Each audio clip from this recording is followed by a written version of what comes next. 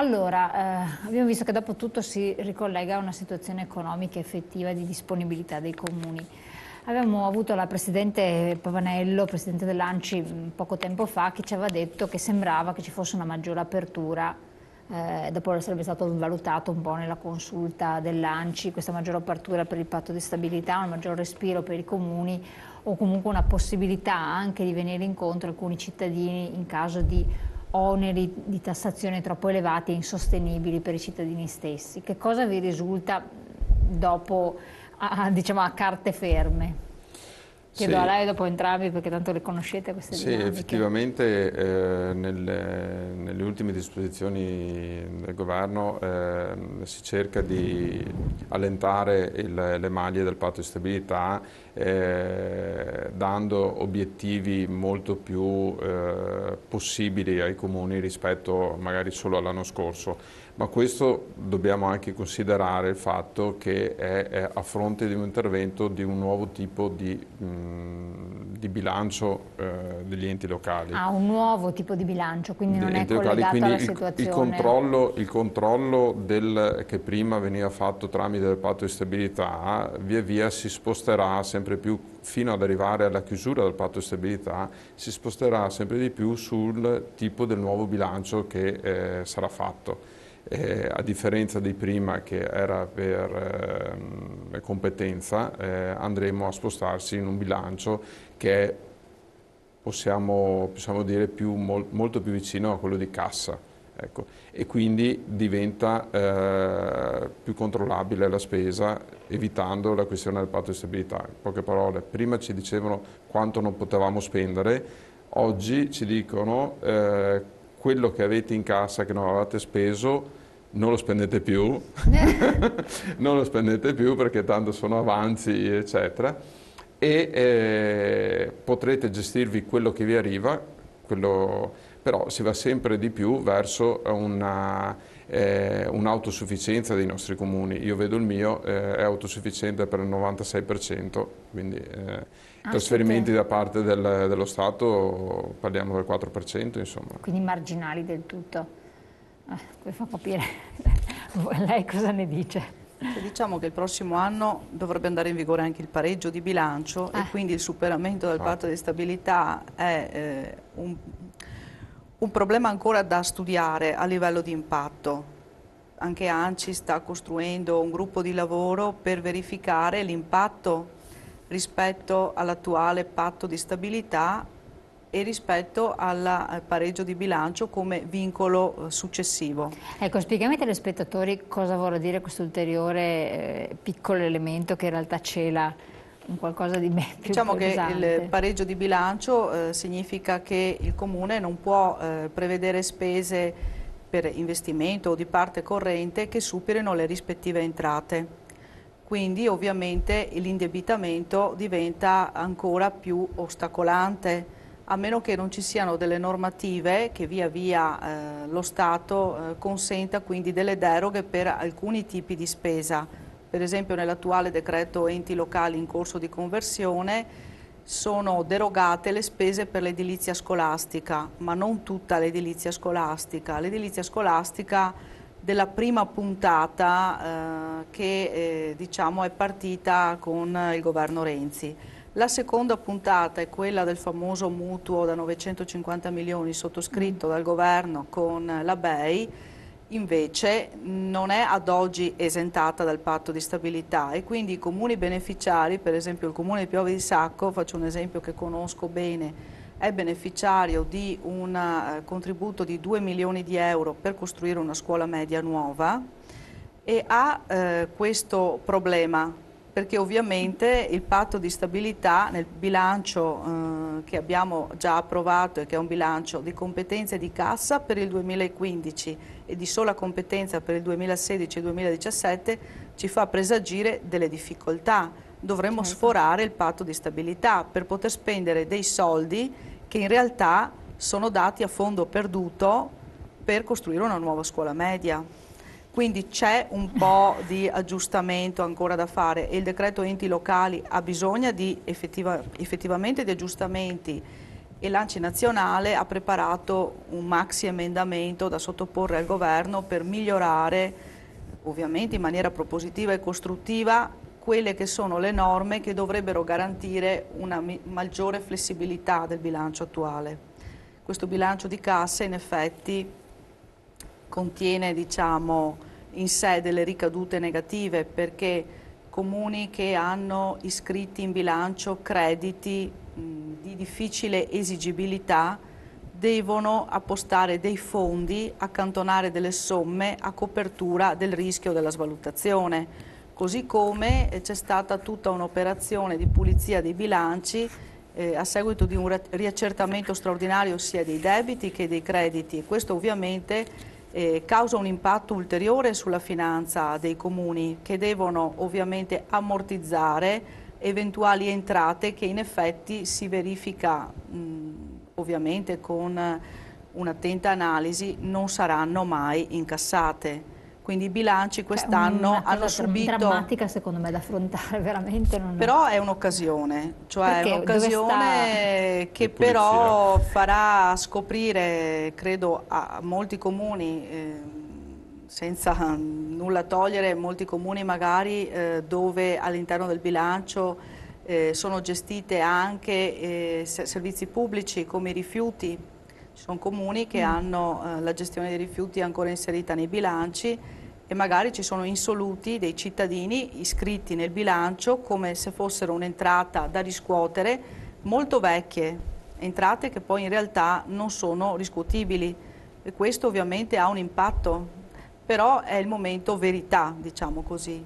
Certo, assolutamente, questo sì, è importante dirlo. Ecco, se lei stava dicendo farà una selezione. Sì, no, sicuramente ci sarà appunto il momento verità, nel senso che fino all'altro ieri gli enti locali, i comuni soprattutto, venivano gestiti in mi dovrebbe entrare una determinata cifra e spendo. Oggi, domani, sarà mi è entrata la determinata cifra e quindi la spenderò, che è ben diverso. Ecco perché, come diceva la mia collega, a volte si metteva in entrata delle cifre che dovevano entrare, ma per motivi tipo i rifiuti, che l'azienda è fallita, la ditta non c'è più, entrano minori soldi, che magari invece io li avevo già spesi. Però un comune come fa a lavorare così in questi termini? Cioè diventa molto risicato, cioè immagino attività normali, mantenimento delle strade, il verde pubblico, anziché altre sicurezze, insomma ci sono tanti eventi, oppure gli imprevisti. Diventa rosicato? Diventa di difficile gestione, soprattutto di difficile programmazione, perché io posso programmare l'entrata di qualsiasi tipo, però prima di spenderla la devo avere. Io posso programmare... Se un imprenditore ragiona così si ferma l'azienda. Io posso programmare il lavoro da fare, però devo accertarmi che mi entra l'entrata per poterlo fare. E quindi cosa succederà? Che tutte le spese non in conto capitale, in spesa corrente verranno coperte subito, perché ovviamente sono le priorità che sono acqua, luce, gas, funzionamento delle scuole, parte sociale, eccetera, e i lavori verranno tenuti per ultimi, per essere certi che le entrate siano veramente attive. E su questo faremo più difficoltà con la programmazione. Certo che dopo e si spera che via via questa modalità entri anche nella gestione normale anche di chi deve dare i soldi, e quindi con una certa sicurezza e via via anche una programmazione lineare. Infatti, per quel che riguarda i pagamenti a terzi, fornitori, qual è la situazione dei comuni adesso?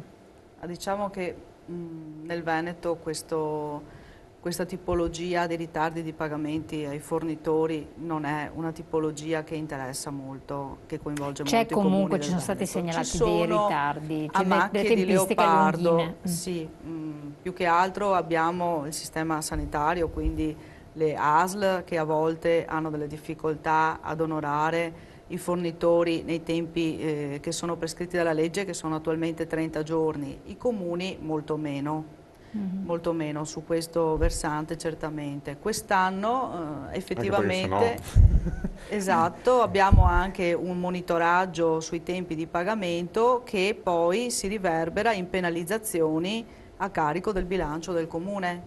Per cui c'è un monitoraggio che viene proprio inserito in un portale della Ragioneria dello Stato, nel quale si devono inserire tutti i tempi medi di pagamento dei fornitori, che vengono anche certificati dai revisori dei conti dei comuni.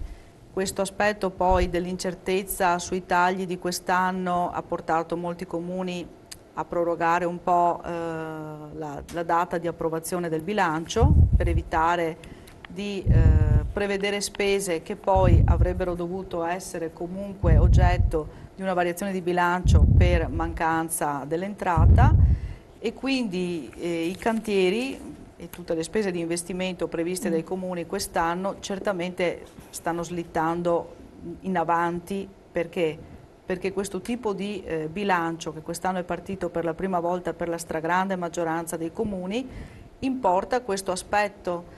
Per cui se ad esempio la Regione ha assegnato con decreto dei contributi e questi contributi però non sono incassati e passa spesso anche più di un anno, anche un anno e mezzo, è chiaro che il comune non può liberare quelle risorse che sono sospese in attesa e non può quindi cantierare i lavori che aspettano magari da vari anni. Un ciclo continuo. Un attimo solo, pronto?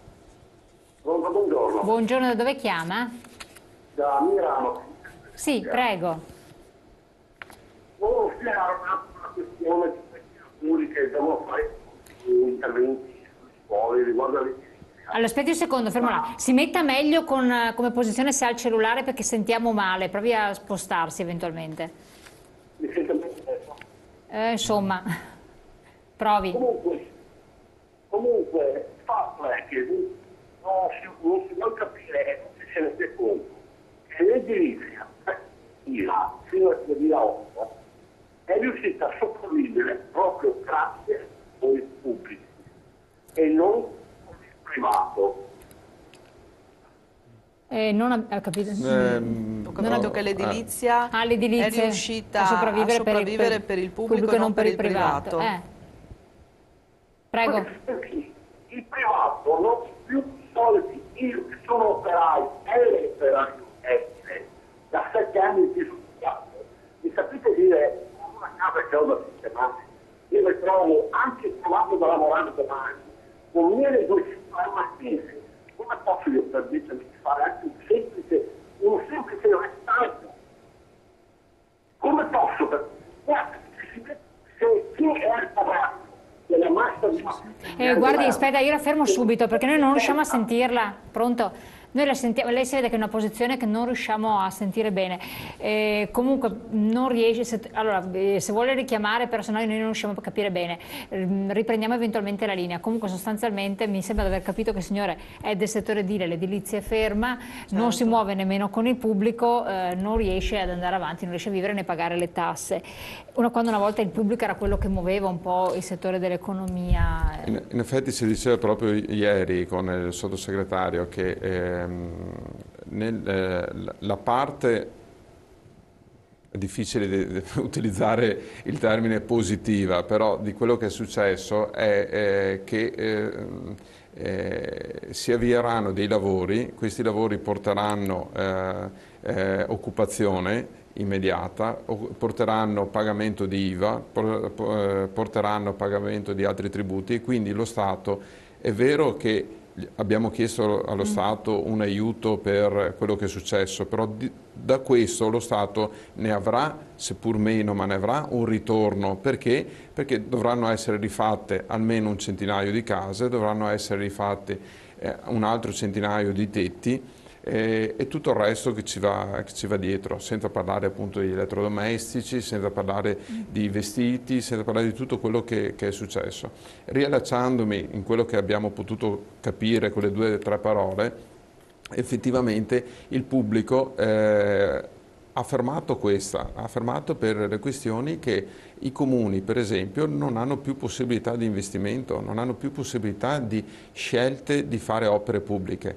Ci limitiamo ormai a chiudere qualche buca, e difficilmente, anche se ci riusciamo, fare qualche piccolissimo lavoro, però lavori di una certa entità come la scuola che parlava la mia collega prima, oppure qualche altro centro, una palestra, una nuova strada, una linea di 10 km di marciapiedi, illuminazione pubblica, ormai non si fa più. E questa è quella che riparte, questa è quella che fa ripartire. Ma che darebbe lavoro anche a chi è nel settore se i comuni hanno anche avanzo per poter investire, perché il mio comune è un comune con un bilancio di 4,5 milioni, che è pochissimo, ho un avanzo che si aggira sui 2 milioni, il 50% del mio bilancio io potrei investirlo per i miei cittadini e quindi dare anche economia. Lavoro a quant'altro, però non può farlo. Va bene, quindi questo siamo rimasti, doveva provvederci, lo Stato centrale aveva promesso, però alla fine non abbiamo visto ancora niente. Pubblicità, poi torniamo insieme tra poco.